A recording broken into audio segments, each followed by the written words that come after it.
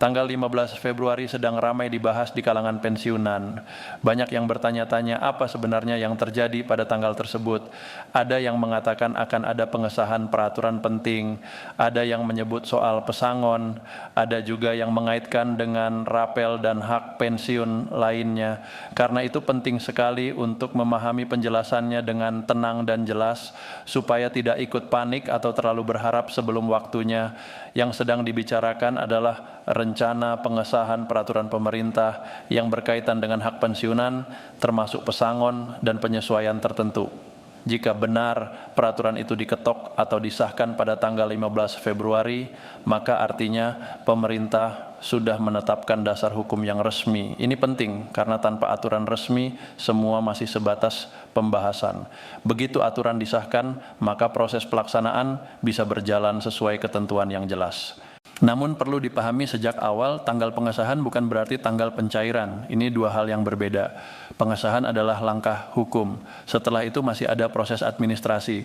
Data harus diperiksa kembali, rekening harus diverifikasi, status kependudukan harus disesuaikan. Semua itu memerlukan waktu. Jadi kalau tanggal 15 Februari lewat dan dana belum masuk, itu bukan berarti batal.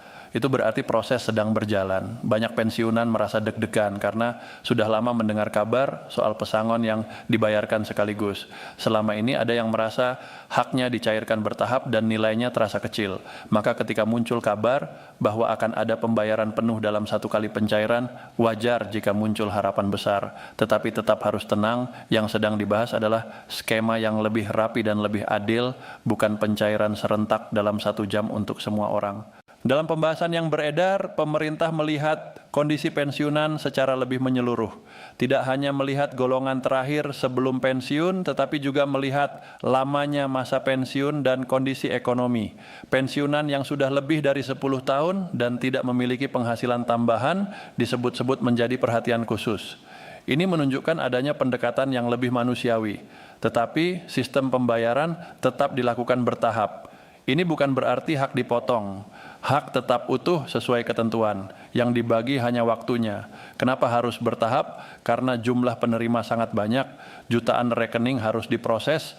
Kalau dilakukan tanpa verifikasi berlapis, risiko kesalahan bisa besar. Salah transfer, rekening tidak aktif, data ganda, semua itu bisa terjadi jika dipaksakan sekaligus. Karena itu digunakan sistem penyaluran cerdas atau yang sering disebut smart distribution. Artinya dana disalurkan secara terukur dan terjadwal. Batch pertama kemungkinan diprioritaskan bagi yang paling rentan secara ekonomi. Batch berikutnya menyusul sesuai kesiapan data. Ini bukan soal pilih kasih, tetapi soal pengamanan sistem agar hak sampai dengan aman. Setelah peraturan disahkan, proses biasanya memakan waktu sekitar 7 sampai 14 hari kerja untuk finalisasi data. Data diverifikasi ulang, rekening dicek kembali. Setelah semua sesuai, baru notifikasi resmi dikirim. Notifikasi resmi tidak pernah meminta OTP, PIN, atau password. Informasi biasanya datang melalui saluran resmi seperti aplikasi dari PT Taspen, SMS resmi, atau email yang terdaftar. Kalau ada yang mengaku petugas dan meminta data pribadi, itu harus dicurigai. Tidak ada jalur cepat berbayar, tidak ada perantara yang bisa mempercepat pencairan. Semua berjalan sesuai sistem. Jadi penting sekali menjaga data pribadi dan tidak membagikan kode apapun kepada orang lain. Sekarang kita bahas soal perbedaan nominal. Ini sering menjadi sumber keresahan. Ketika satu orang menerima jumlah tertentu dan membagikannya di grup, orang lain mulai membandingkan. Padahal perhitungan pesangon dan rapel bersifat individual. Dasarnya adalah golongan terakhir, masa kerja, jenis pensiun, dan komponen lainnya. Jadi tidak ada angka yang sama rata untuk semua. Pensiun reguler berbeda dengan pensiun karena kondisi khusus. Pensiun janda atau duda memiliki skema sendiri. Ahli waris juga memiliki perhitungan tersendiri. Jadi wajar jika nominal berbeda. Perbedaan bukan berarti ada pemotongan. Perbedaan terjadi karena variabel perhitungannya memang berbeda. Soal rapel juga perlu dipahami dengan benar. Rapel adalah selisih pembayaran karena adanya kebijakan yang berlaku surut. Jika ada penyesuaian yang berlaku sejak tanggal tertentu, maka selisih dari tanggal tersebut sampai waktu pembayaran dihitung sebagai rapel. Nominalnya tergantung pada masing-masing penerima, jadi tidak bisa disamakan. Banyak yang bertanya, bagaimana jika pensiunan sudah wafat, haknya tidak hilang. Ahli waris tetap memiliki hak sesuai aturan yang berlaku. Memang ada dokumen yang perlu dilengkapi seperti surat keterangan kematian dan identitas ahli waris. Tetapi sistem sudah dirancang agar prosesnya tetap bisa berjalan. Jadi keluarga tidak perlu takut untuk mengurus hak tersebut.